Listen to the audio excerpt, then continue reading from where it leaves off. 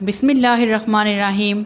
अस्सलामुअलैकुम स्टूडेंट्स, आज हम जिस प्रैक्टिकल को डिस्कस करेंगे वो हमारे पास है determination of ferric cyanides using potassium iodide KI solution. इसके अलावा जो हमने प्रीवियस जितने भी प्रैक्टिकल्स डिस्कस किए हैं डिटर्मिनेशन वाले, जिसमें हमने डिटर्मिनेशन फाइंड करनी थी किसी भी आयंस की, उनकी स्ट्रेंथ फाइंड करनी थी, उसके बाद हमने मोलर सोल्यूशन प्रिपेयर किए थे, उसके बाद हमने जो उनकी स्टैंडर्डाइजेशन की थी, वो सारे प्रैक्टिकल्स मैं अपने चैनल पर अपलोड कर चुकी हूँ।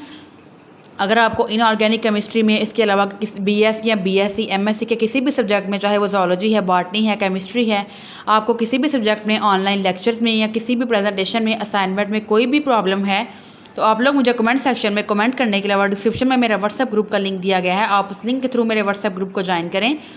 उस ग्रुप में आप मुझे मैसेज कर सकते हैं, इंशाल्लाह मैं आपको पूरा रिस्पांस करूंगी। अगर आपको किसी भी सब्जेक्ट में से रिलेटेड कोई भी प्रॉब्लम होगी तो आप वो मेरे साथ शेयर करें, इंशाल्लाह मैं पूरी कोशिश करूंगी कि मैं आपकी प्रॉब्लम को सॉल्व कर सकूं। अगर आपके पेपर्स हैं और आपको किसी भी पेपर का सोल्यूशन चाहिए या आपको किसी भी यूनिवर्सिटी का पास पेपर चाहिए, उस ग्रुप में आप मुझे मैसेज करके बता सकते हैं। तो इंशाल्लाह मैं आपके साथ उस पेपर को शेयर करूंगी और पूरी कोशिश करूंगी कि मैं आपकी प्रॉब्लम को सॉल्व कर सकूं और इंशाल्लाह जो है वो आपकी इतनी अच्छी प्रिपरेशन करवा सकूं कि आपके जो है वो ऑनलाइन मैं आपके क्विज़ लूँगी और आपकी इतनी अच्छी प्रिपरेशन हो कि इंशाल्लाह जो आपका जो है आप अच्छा जो CGPA है उसको गेन कर सकें।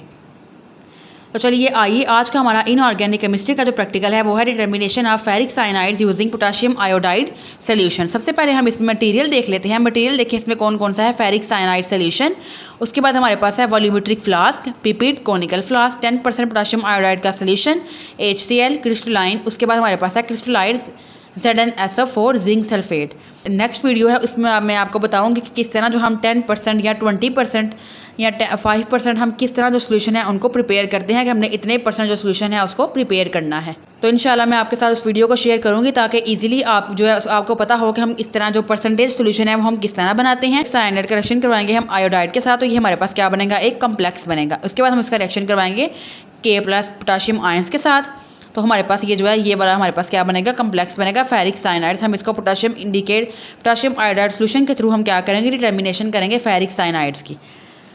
इसके बाद हम प्रोसीजर देख लेते हैं। सबसे पहले आपने क्या करना है, way out accurately about 10 gram of potassium ferric cyanide. आपने 10 ग्राम क्या लेना है, पोटाशियम फेरिक साइनाइड लेना है। इसके बाद आपने डिजॉल्व करना है उसमें 250 centimetre cube of water volumetric flask में। मैं ये आपके साथ जितने भी ऑपरेटर्स हैं मैं अपनी प्रीवियस वीडियो में आपके साथ जो है वो शेयर कर चुकी हूँ, आपको समझा चुकी हूँ, ताकि जब आप लैब में काम करने के लिए जाएँ, लैब वर्क करने के लिए, तो आपको सारे ऑपरेटर्स ऑलरेडी आपको पता हो कि ये ऑपरेटर्स जो है वो कौन सा है। इसके बाद देखें, pipette 25 centimetre cube of this solution into a 250 centimetre cube conical flask and 20 centimetre cube 10% potassium iodide solution. आपने क्या करना है, पिपिट आउट करना है 25 सेंटीमीटर क्यूब ये सोल्यूशन और इसको आपने 250 सेंटीमीटर क्यूब कोनिकल फ्लास्क में डालना है। फिर उसके बाद आपने इसमें क्या करना है, 20 सेंटीमीटर क्यूब आपने जो 10% पोटाशियम आयोडाइड का सोल्यूशन बनाया होगा उसको, उसमें से 20% सेंटीमीटर क्यूब आपने लेके उसमें क्या करना है, उसको डिजॉल्व करना है।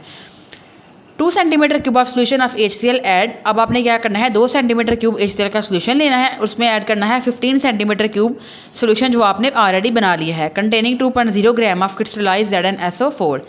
इसके बाद देखिए, titrate the iodine immediately with standard 0.1 molar sodium thiosulphate. आपने क्या करना है, सोल्यूशन को टाइट्रेट करना है। हमारे इनऑर्गेनिक केमिस्ट्री के जितने भी प्रैक्टिकल्स हैं वो सारे टाइट्रेशन बेस पे हैं, तो आपको सबसे पहले टाइट्रेशन का पता होना चाहिए कि हम एसिड बेस्ड टाइट्रेशन किस तरह करते हैं, उसमें इंडिकेटर का क्या रोल है, एंड पॉइंट क्या होता है।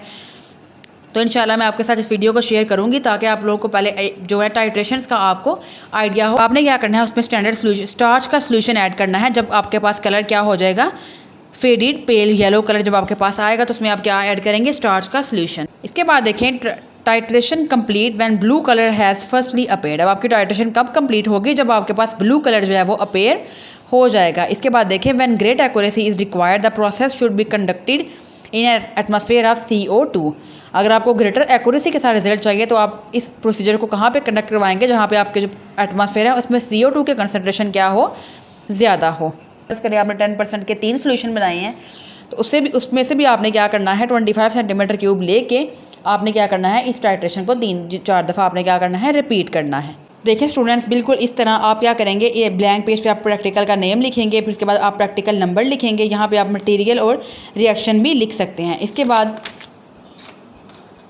यहाँ पे आप क्या लिखेंगे, कैलकुलेशन कि 1 सेंटीमीटर क्यूब 0.1 मोलर सोडियम जो आपने बनाया था सोडियम थायोसल्फेट, उसमें 0.3293 ग्राम आपके पास क्या है, फेरिक साइनाइड। इसके बाद देखें आपके पास जो फेरिक साइनाइड है वो कितना बना है 0.2120 ग्राम ऑफ फेरिक साइनाइड के जो आपके पास सोल्यूशन आपने बनाया था उसमें आपने जो डिटरमिन किया था फेरिक साइनाइड उसमें आप कितने हैं 2.210 ग्राम ऑफ फेरिक साइनाइड।